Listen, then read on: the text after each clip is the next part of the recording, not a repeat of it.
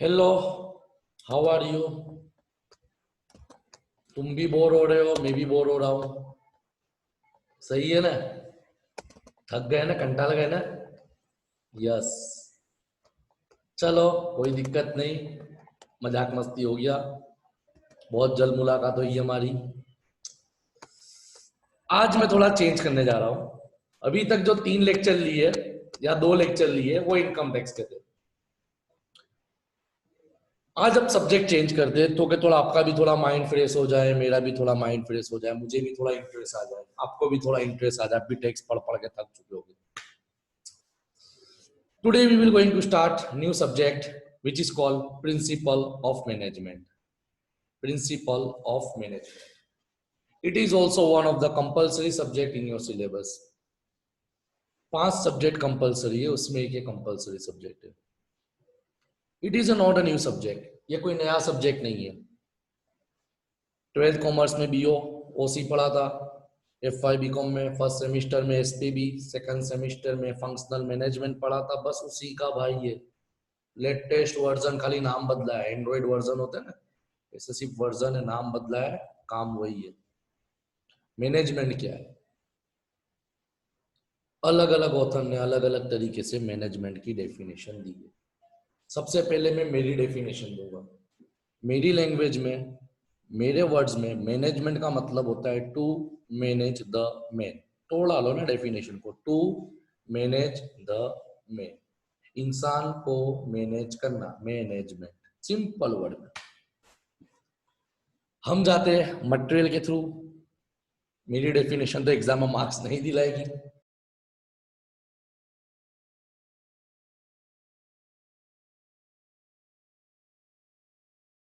मेरी डेफिनेशन तो आपको मार्क्स नहीं दिलाएगी, तो आप लोगों को वही डेफिनेशन लिखनी है जो आपके सिलेबस की हो, आपके रिलेटेड हो। तो मैनेजमेंट को, डेफिनेशन को अलग अलग ऑथर ने अपना अपने तरीके से स्पेसिफाई किया है। हम सबके डेफिनेशन देखेंगे। पहली डेफिनेशन आती है प्रोडक्शन ओरिएंटेड डेफिनेशन। ये डेफिनेशन को देने वाले यादगार शख्स का नाम है FW Taylor, Frederick Winslow Taylor. Already आप 11th में और FI में इनका नाम पढ़ चुके हो। He is father of scientific management. Clear? आगे बढ़े। इन्होंने क्या बताया? इनकी डेफिनेशन प्रोडक्शन ओरिएंटेड है क्योंकि इनका काम उसी लेवल पे था। तो इन्होंने क्या बताया? Management is the art of knowing what you want to do and see how it can be done in cheap and best way. फेयर टेलर ने क्या बताया कि मैनेजमेंट एक वो कला है जहां पे आपको ये देखना है आप क्या करना चाहते हो, उसके बाद डिसाइड करो कि ये काम सबसे सस्ता और अच्छा कैसे होता है। First know you want to do what you want to do, तुम क्या करना चाहते हो, then see how it can be done in cheap and best way. उसके बाद सोचो ये सस्ता और अच्छा कैसे होगा। सस्ता नहीं, सस्ता और अच्छा कैसे होगा। क्लियर? सेकेंड डेफिनेशन पे जाते हैं तो सबसे इजी डेफिनेशन है कूंट्स की। उन्होंने क्या बताया? Management is the art of getting thing done through and with the people in a systematic way. लोगों के जरिए काम लेना, वर्क डन थ्रू अदर, लोगों के जरिए काम लेना। यहाँ पे लोग का मतलब जो आपके वहां पे काम कर रहे हैं उनकी बात चल रही है। इसके लिए इनकी डेफिनेशन को पीपल ओरिएंटेड डेफिनेशन के नाम से भी जाना जाता है। Third definition is decision oriented definition. नाम से ही पता चलता है डिसीजन, कि अगर तुमको डिसीजन लेना है तो उसके लिए भी मैनेजमेंट करना जरूरी है। तुम आंख बंद करके कोई निर्णय नहीं ले सकते। क्या है देखते। According to Stanley, management is the simply the process of decision making and control over action of human being for the purpose of attaining predetermined goal. Management का मतलब क्या है? तो मैनेजमेंट वो प्रक्रिया है जहां पे आपको निर्णय लेना है और संयुक्त कंट्रोल करना है ताकि तुम तुम्हारा गोल ऑब्जेक्टिव, मोटो, एम अचीव कर सको। स्टैनली की डेफिनेशन भी इजी है। चौथी डेफिनेशन आती है फंक्शनल ओरिएंटेड डेफिनेशन। फंक्शनल यानी मैनेजमेंट के फंक्शन के रिलेटेड डेफिनेशन है। ये डेफिनेशन देने वाले वन ऑफ द ओनर है मैकफेरलैंड, एमसी नहीं मैक, इनको मैक पढ़ा जाएगा, मैकफेरलैंड। क्या बताया? तो management is defined as conceptual, यानी कॉन्सेप्ट क्लियर होना चाहिए, theoretical and analytical purpose by which manager create, ताकि मैनेजर काम कर सके, क्रिएट डायरेक्ट दिशा दिखा सके, and maintain purposive organisation through systematic coordinated and cooperative human effort. यानी मैनेजमेंट का मतलब इन्होंने सिंपल ये बताया है कि मैनेजर लोगों से कैसे काम लेगा, मैनेजर के फंक्शन क्या है। तो ये भी आप लोगों ने पढ़े थे, मैं आपको थोड़ा रिवाइज देता हूँ। मैनेजर फंक्शन दो भाग में डिवाइड है, दो भाग में, primary and operative function and primary function. शुरुआत में तो आता है प्लानिंग, ऑर्गेनाइजिंग, डायरेक्टिंग, कंट्रोलिंग, ये सब मैनेजर को करना होता है। ऑपरेटिव के अंदर आता है recruitment, compensation, selection, training, motivation, etcetera etcetera etcetera. Already आप ये सब पॉइंट पढ़ चुके हैं। मैंने चार डेफिनेशन बताई, ऐसा जरूरी नहीं है आपको चारों चार याद करना है। चारों चार याद करते हो तो वेल एंड बेस्ट, अगर कोई भी एक लर्न करोगे तो भी चलेगा न। अगर इसके अलावा भी आपको कोई डेफिनेशन आती है जो आपने बहुत पढ़ी हुई, 11th में पढ़ी हुई है, 12th में पढ़ी हुई है, फर्स्ट ईयर में पढ़ी हुई है, जो आपको डेफिनेशन समझ में आती है, तुम वो हिसाब से मैनेजमेंट की डेफिनेशन दे सकते हो। यहाँ पे तुम्हारी डेफिनेशन लिमिटेड है, ये आपको समझाने के लिए। क्लियर? अब हम जाते हैं तुम्हारे यूनिट 1 का इंपॉर्टेंट क्वेश्चन। प्रिंसिपल, सब्जेक्ट का नाम ही है प्रिंसिपल ऑफ मैनेजमेंट, तो अपनों को यहाँ पे मैनेजमेंट के प्रिंसिपल, सिद्धांतों को ही पढ़ना है। तो इस पर सबसे पहले हम आज बात करेंगे यूनिट 1 में, बस एक ही टॉपिक लूंगा मैं जल्दी अवर हो जाएगा बेटा, क्योंकि ये आपको पता हुआ है, ये आपने 12वें में भी पढ़ा था, सेकंड सेमेस्टर में भी पढ़ा था। हेनरी फेयोल के सिद्धांत, 14 सिद्धांत याद करो, है ना। अब हेनरी फेयोल के प्रिंसिपल नहीं, समझो क्या लिखा है, हेनरी फेयोल कंट्रीब्यूशन, हमारे फेयोल का मैनेजमेंट में कंट्रीब्यूशन क्या है। तो ध्यान देना, Henri Fayol has been regarded as a father of modern management, पढ़ा हुआ है आपने। He publish his famous book administration industry at general, at general, तुम्हारा स्पेलिंग यही रहेगा। क्यों स्पेलिंग ये रहेगा? कि इन्होंने जो बुक पब्लिश की थी वो कौन सी लैंग्वेज में थी बेटा? फ्रेंच लैंग्वेज में।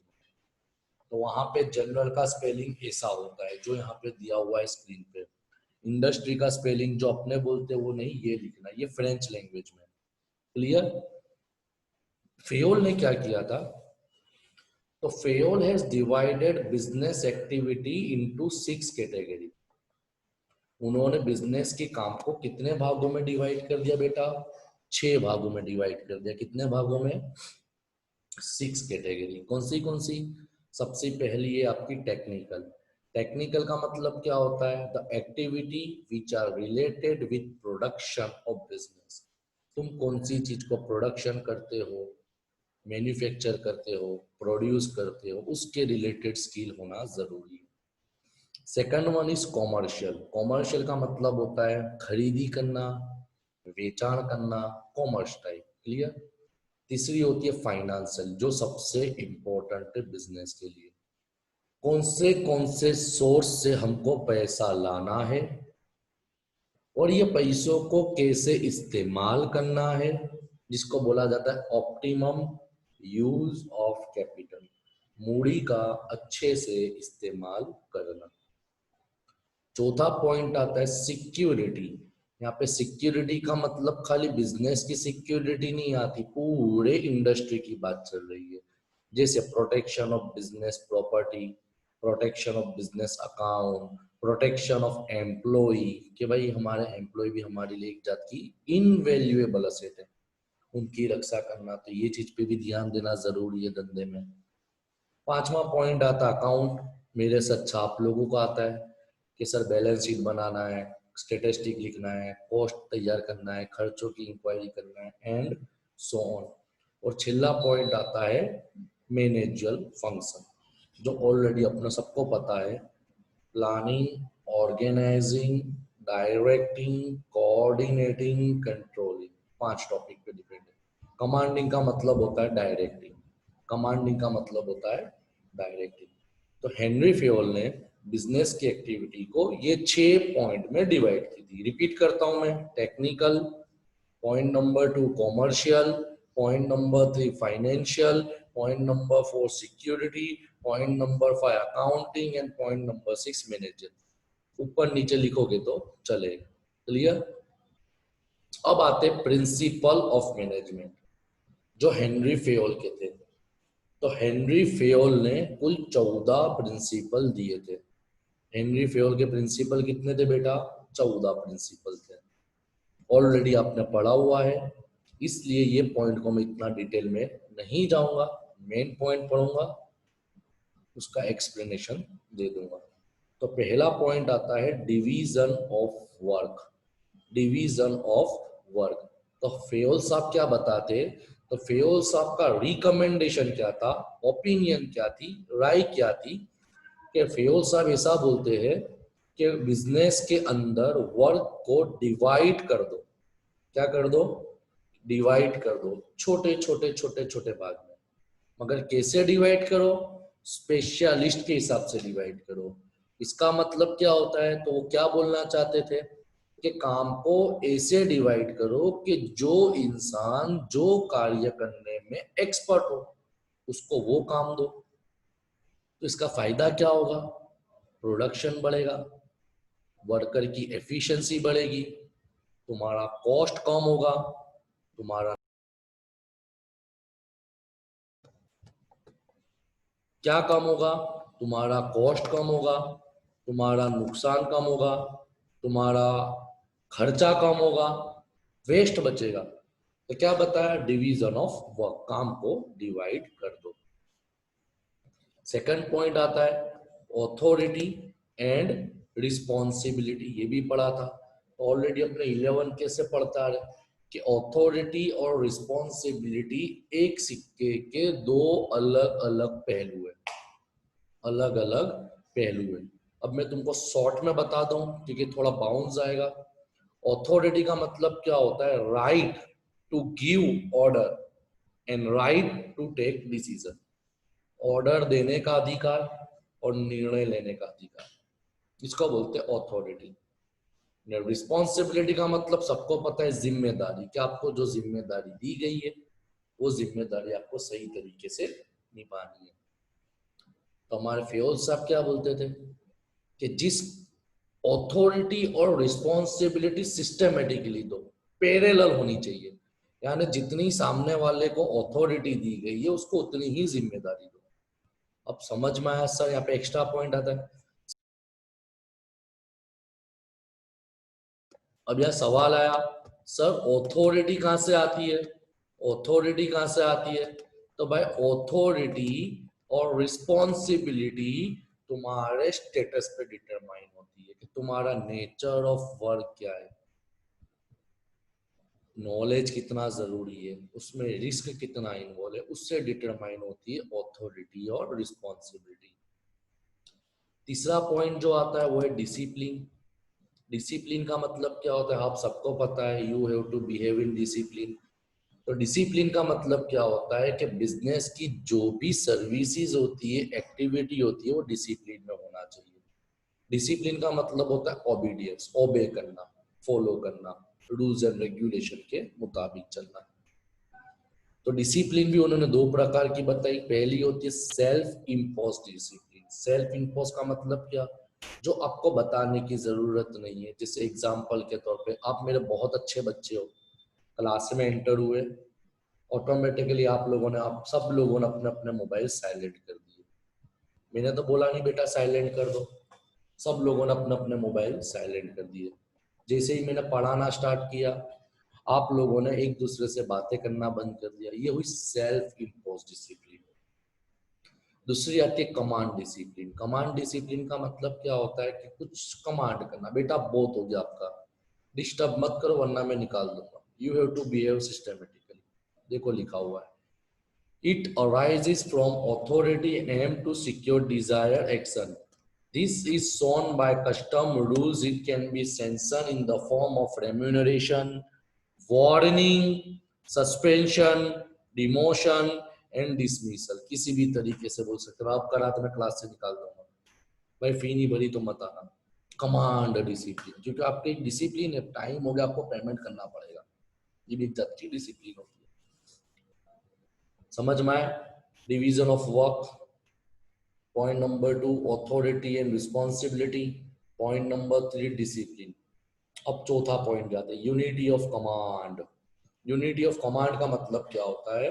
तो उन्होंने क्या बताया, फेयोल ने, कि every employee must receive order from only one superior and he must accountable to that superior only. यानी ऑर्डर देने वाला इंसान एक होना चाहिए, और जो इंसान ऑर्डर दे रहा है जैसे बाकी के सब बंदे उसी को रिस्पॉन्ड करे। कमांड देने वाला एक होना चाहिए। क्यों होना चाहिए? तो सिंपल है, अगर कमांड देने वाला एक से ज्यादा व्यक्ति होगा, एक से ज्यादा लोग होंगे, कंफ्यूजन क्रिएट होगा, मिसअंडरस्टैंडिंग क्रिएट हो सकती है, जिससे बिजनेस के अंदर प्रॉब्लम क्रिएट हो सकती है। तो ये इनका चौथा डिसिप्लिन था। फिफ्थ डिसिप्लिन क्या है? कमांड जैसा ही है, unity of direction. Unity of direction. Unity of direction का मतलब क्या होता है? तो सिंपल बताया, एक हेड, एक प्लान विथ सेम ऑब्जेक्टिव। या तुम सब लोग पढ़ने आते हो, तो यूनिटी ऑफ डायरेक्शन का मतलब क्या? सभी लोग आज पीओएम पढ़ रहे हैं, सभी लोग पीओएम का आंसर लर्न करेंगे, सभी लोग स्कोर करने की कोशिश करेंगे कि अपना ऑब्जेक्टिव है maximum result, maximum marks in examination. Direction का मतलब वही होता है। मगर डायरेक्शन के लिए भी एक दूसरे के बीच में कोऑर्डिनेशन जरूरी है। कोऑर्डिनेशन मीन्स सहकार। सर मेरे को इसके साथ नहीं खाता, भाई थोड़ा एडजस्ट करो। Clear? Next one is scalar chain. ये अपने थोड़ा डिटेल में जाएंगे। Scalar chain means hierarchy of authority from highest level to lowest level for the purpose of communication. It suggests that each communication going up or coming down should pass through the line of authority. This chain be broken only when there is urgency for immediate action, which is called gang plan. अब मैं समझाता हूँ।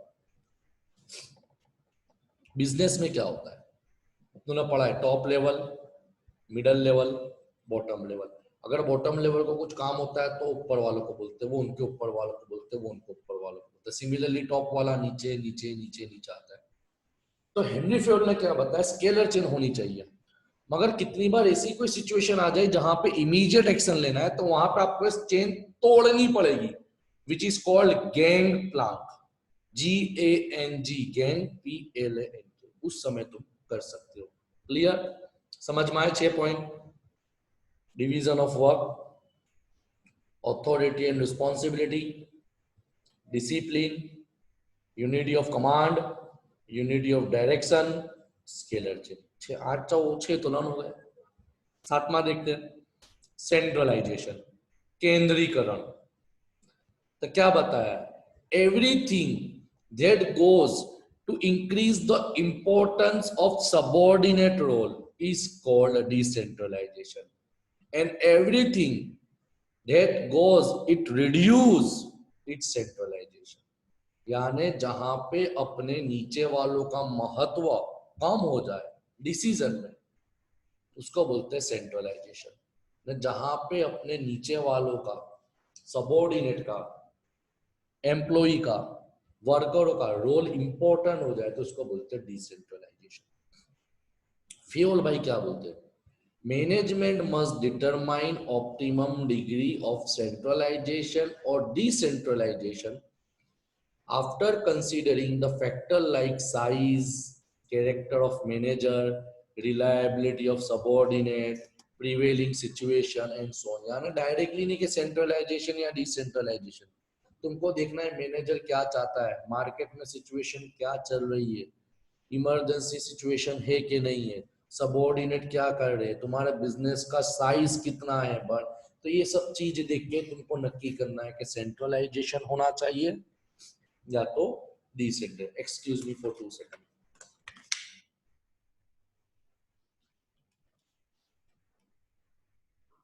Point number 7, subordination of individual interest to general interest. इसका मतलब क्या बताया? Individual interest मत रखो, कॉमन इंटरेस्ट होना चाहिए। बिकॉज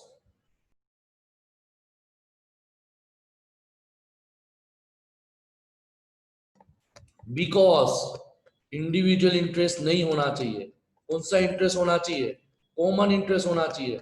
सर कॉमन इंटरेस्ट किसको बोलते हैं? कॉमन इंटरेस्ट किसको बोलते हैं? तो समझो, business is a group of business is a place where different group of people are working together. अलग अलग प्रकार के अलग अलग ग्रुप के लोग काम कर रहे हैं, मगर सबका मकसद तो एक है। तो अपना अपना इंडिविजुअल इंटरेस्ट मत देखो, कॉमन इंटरेस्ट होना चाहिए। क्लियर? क्लियर? अगर कोई झगड़ा भी होता है तो जनरल ऑप्शन पे आना है, इंडिविजुअल लेवल पे नहीं सोचना है।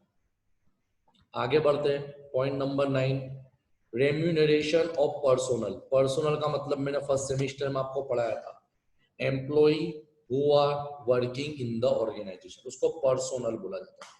तो रेम्यूनरेशन के एकदम सिंपल लैंग्वेज में, equal pay for equal work, एक समान काम के लिए एक समान वेतन, plus fair wage, fair remuneration. ऐसा नहीं कि भाई मौके का फायदा उठाओ, ऐसा पगार दो कि अपना एम्प्लॉई अपने वर्कर से, अपना एम्प्लॉई अपना वर्कर हमारे बिजनेस से फुल्ली सेटिस्फाई, हमें छोड़ के ना जाए, टाइम पे पगार दो।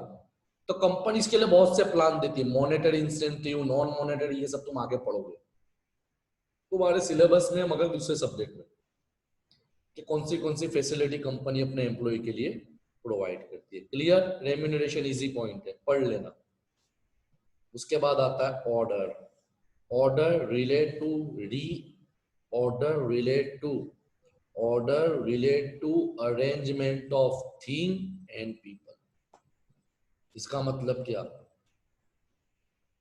5 वर्कर काम करने वाले मेरे वहां है, मगर माल सिर्फ 2 वर्कर जितना ही। समझ में आया? माल 10 लोगों का है, मगर काम करने के लिए 2 वर्कर। थिंग एंड पीपल सब अरेंज होना चाहिए।